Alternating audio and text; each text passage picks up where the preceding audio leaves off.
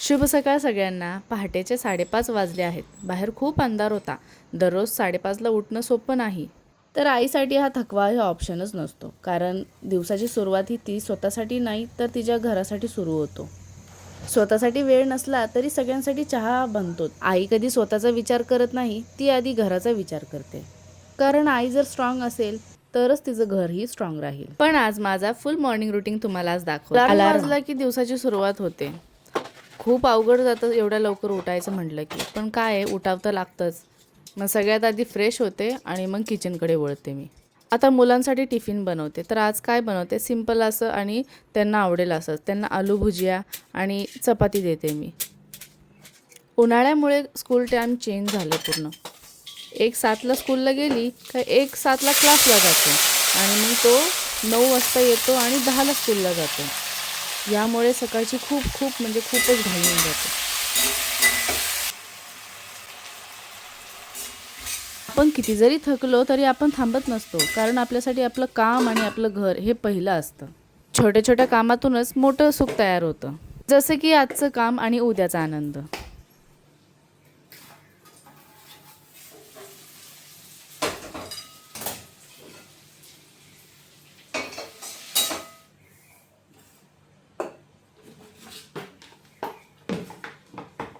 माझी भाजी ऑलमोस्ट मी टाकली शिजत आणि इथं मी तिला एकच चपाती देते, कारण एकच्या वरती चपाती सकाळी सकाळी खात नाही, कारण ती 11 वाजता तर रिटर्न येते. मग काहीतरी इथं खाऊन जाते, फळ वगैरे काही बनाना असेल, ॲपल असेल, काहीतरी खाऊन जाते.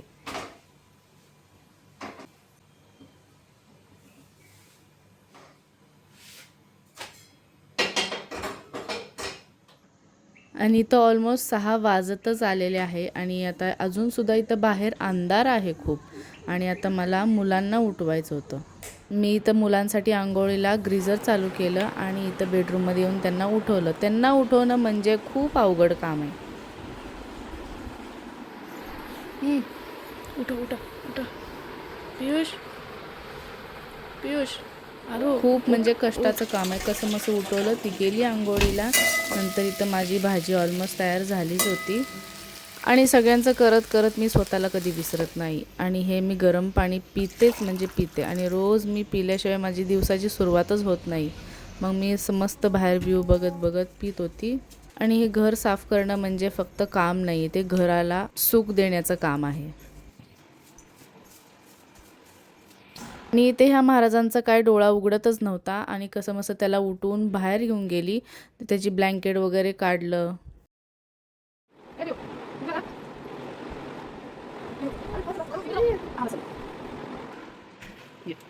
पिल्ले साहेब उठले आणि आंघोळीला गेले. तोपर्यंत मी माझं गरम पाणी, म्हटलं तर थंड होत आलं म्हणून मी गरम पाणी घेतलं प्यायला आणि मस्त बाहेर बघत बघत पित होती. हे साहेब परत बाहेर आले होते, परत त्यांना पाठवलं. मग आता मी तिचा टिफिन भरला, वॉटर बॉटल भरली आणि तिच्या बॅगमध्ये ठेवली. मग नंतर तिची वेणी वगैरे घालायची होती. आता हे भाऊ बहीण किती जरी भांडत असले तर यांचे हे गुपितवालं प्रेम हे कधीच कोणाला दिसत नाही. कदाचित मलासुद्धा कधी दिसत नाही आहे. मला फक्त ते भांडण करतानाच दिसतात. पण आज हे असं बघून जरा जास्तच मन भरून आलं माझं. नंतर हिचं वेण्या वगैरे घातल्या. आणि आई म्हणजे फुल टाईम जॉब विदाउट सुट्टी, बिनपगारी फुल अधिकारी. आणि सगळ्यांसाठी करते म्हणूनच सगळ्यांची फेवरेट आहे मी. आणि इथं हा क्लासला जातो 7 वाजता. हा 7ला क्लासला जातो, ती 7ला स्कूलला जाते आणि मी 7ला वॉकला जाते. आय मीन वर्कआउट करते मी पार्कला जाऊन. आणि माझे मिस्टरसुद्धा क्रिकेट खेळायला जातात सकाळी रोज न चुकता. आणि इथं मी आणि माझी आरू आम्ही दोघी निघालो होतो.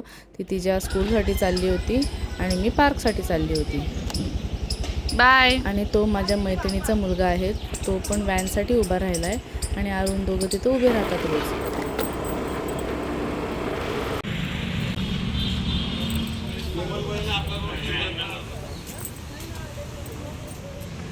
माझं रोजचं ठरलेलं असते की 1 ते 1.5 तास तर मी पार्कमध्ये असतेच. आणि हे ब्ल्यू शर्टवाले आमचे जळगावचे आमदार राजमामा भोळे आहेत, ते सुद्धा वॉकला येतात. आणि आता 9 वाजलेत आणि मी इथे बाहेर आली होती आणि इथे मी रोज रेड ज्यूस पितेच. गाजर आणि टॅमॅटोचा ज्यूस पिऊनच मग मी घरी जाते आणि माझ्या आहोंनासुद्धा घरी घेऊन जाते मी ज्यूस. इथं ह्या दोघांना मी क्लासवरून घेतलेला आहे. 9 वाजता यांचा क्लास सुटतो. इथं मी घरी आली आणि आहोंसाठी सुद्धा ज्यूस घेतला होता. आता मी घरी येऊन नाश्त्याची वगैरे तयारी करेल. बाहेर ए बघ थांब तुला दाखवतो पोच. आणि हा मला दाखवत होता याला गाडीचं सायलेन्सरचा चटका बसला होता. त्याचं जखम खूप झाली होती आणि पाणी निघत होतं. पण तो दररोज त्याचा तो जखमेवर पावडर टाकतो. त्याची तो काळजी घेतो. आणि मी इथं आंघोळ करून आलेली आहे. मस्त 9:30 वाजत आले होत्या आणि इथं मी नाश्त्याची तयारी करत होती. आणि आहो मला हेल्प करतात, रोजच करतात, असं नाही की आजच करत होते ते. ही कांदा ना मोठे पाकळ्या ती काय बारीक. ते कांदा चिरत होते आणि मी साईडला उभी होती. तर इतका कांदा तिखट होता की माझ्यासुद्धा डोळ्यातून पाणी आलं आणि त्यांच्यासुद्धा. आज आम्ही नाश्त्याला बनवणार होतो पनीर सँडविच. तर त्याच्यासाठी मी पनीरची स्टफिंग करत होती. पनीर खिसलं, त्यांनी कांदा टोमॅटो चिरून दिला. त्याच्यानंतर मी पटापटा आवरलं कारण माझ्याकडे होते फक्त अर्धा तास. अर्ध्या तासात मला नाश्ता बनवून त्याला एक चपातीसुद्धा बनवायची होती. त्याच्या स्कूलचा सुद्धा टाईम होत होता कारण 10 वाजता त्याची व्हॅन येते.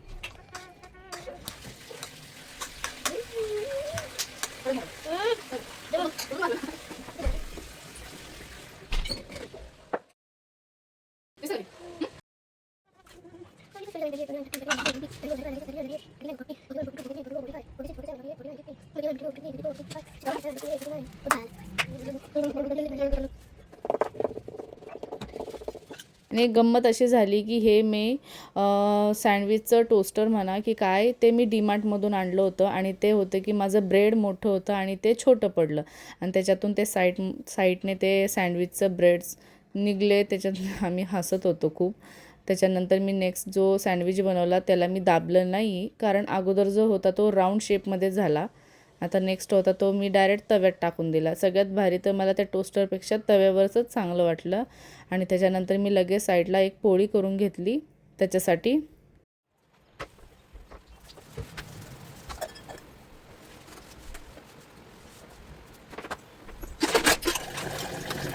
आणि इकडे माझी चपातीसुद्धा झाली होती त्याची.